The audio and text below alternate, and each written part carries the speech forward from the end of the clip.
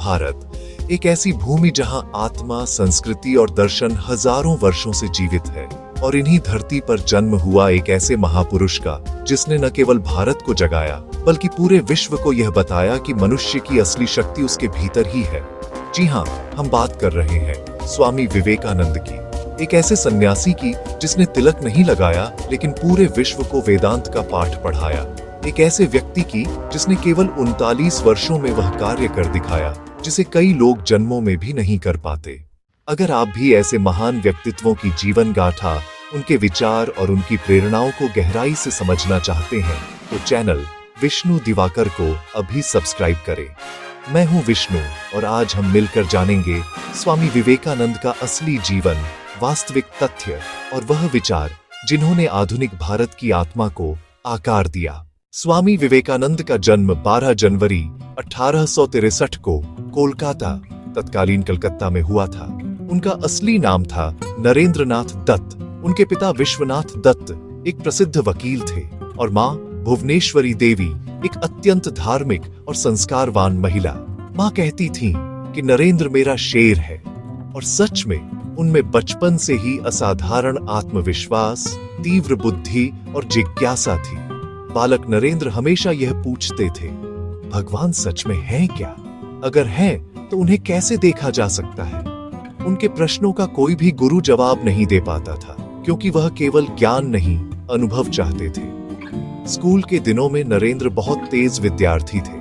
उन्होंने संगीत, योग, तैराकी, घुड़सवारी हर क्षेत्र में उत्कृष्टता दिखाई। उनके सहपाठी कहते थे, नरेंद्र जैसा विद्यार्थी पूरे कोलकाता में नहीं है। वह केवल धार्मिक नहीं बल्कि वैज्ञानिक दृष्टि से सोचने वाले थे। यही सोच आगे चलकर उन्हें आध्यात्मिक वैज्ञानिक बना गई।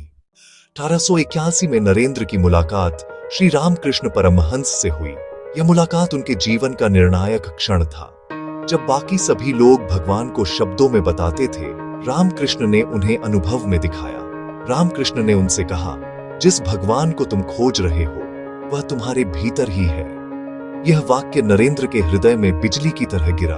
उन्हें एहसास हुआ कि धर्म केवल पूजा पाठ नहीं है, यह आत्मज्ञान की यात्रा है। धीरे धीरे नरेंद्र उनके शिष्य बन गए और वहीं से जन्म हुआ स्वामी विवेकानंद का। रामकृष्ण ने उनसे कहा, नरेंद्र तुम मेरी शिक्षा को विश्व तक पहुंचाओगे, और यह वाक्य बाद में सच हुआ। सन 1893 Chicago world's parliament of religions में जब स्वामी विवेकानंद मंच पर पहुंचे, उन्होंने कहा, sisters and brothers of America. यह शब्द सुनते ही पूरा हॉल तालियों की गड़गड़ाहट से गूंज उठा। हजारों लोग खड़े होकर उस सन्यासी का स्वागत कर रहे थे जिसने भारत की सभ्यता को सहिष्णुता और सर्वधर्म संभाव के रूप में दुनिया के सामने रखा। उन्होंने कहा, हम केवल सहिष्णु नहीं, हम हर धर्म को सत्य मानते हैं। यह वक्तव्य केवल धार्मिक नहीं था, यह वैश्विक भाईचारे की घोषणा थी। उस एक भाषण ने भारत की छवि बदल दी। जहां पहले लोग भारत को गरीबी और अंधविश्वास का देश मानते थे, अब वे इसे ज्ञान और आध्यात्मिकता की भूमि के रूप में देखने लगे। 1893 से 1897 तक स्वामी विवेकानंद ने अमेरिका और यूरोप में सैकड़ों भाषण दिए। उन्होंने वेदांत, योग, आत्मबल और मानवता के सिद्धांतों को आधुनिक भाषा में समझाया। उन्होंने कहा, मनुष्य ईश्वर की संतान है। कमजोर वह नहीं जो हारता है, कमजोर वह है जो खुद पर विश्वास खो देता है।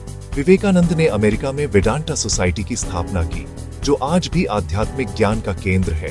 उनकी बातों में ऐसा विज्ञान था कि पश्चिमी विद्वान तक चकित रह गए। उन्होंने योग को केवल धर्म नहीं, मानव मस्तिष्क की विज्ञान बताया। 1877 में स्वामी विवेकानंद भारत लौटे।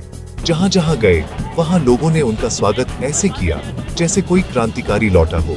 उन्होंने युवाओं से कहा, उठो, जागो और तब तक मत रुको जब तक लक्ष्य प्राप्त न हो जाए। यह केवल एक नारा नहीं था, यह भारतीय चेतना का पुनर्जागरण था। उन्होंने कहा, एक राष्ट्र तभी महान बन सकता है जब उसके युवा महान बने, और यह बात आज भी उतनी ही सत्य है जितनी उस दौर में थी। उन्होंने रामकृष्ण मिशन की स्थापना की, जो आज भी सेवा, शिक्षा और समाज सुधार में कार्यरत है। स्वामी विवेकानंद ने 1902 में केवल 39 वर्ष की आयु में शरीर का त्याग किया, लेकिन उनका विचार आज भी जीवित है। उन्होंने भारत को सिखाया, धर्म का अर्थ है मनुष्य की सेवा, क्योंकि वही ईश्वर की सेवा है। उनके विचार आज भी हर विद्यार्थी, हर नेता, हर देशभक्त के लिए प्रेरणा है। आज भी जब कोई युवा मैं कर सकता हूं कहता है, तो कहीं न कहीं उसमें विवेकानंद की ही आवाज गूंजती है। स्वामी विवेकानंद ने कहा था, तुम्हें खुद पर विश्वास होना चाहिए, क्योंकि ईश्वर तुम्हारे भीतर ही है। अगर आप भी ऐसे प्रेरक जीवन और भारतीय इतिहास के अद्भुत अध्यायों को गहराई से जानना चाहते हैं, तो चैनल विष्णु दिवाकर को सब्सक्राइब करें और बेल आइकन दबाएं, क्योंकि मैं विष्णु आपके लिए लाता रहूंगा ऐसे ही तथ्यपरक, रिसर्च बेस्ड और ज्ञानवर्धक डॉक्यूमेंट्री वीडियो।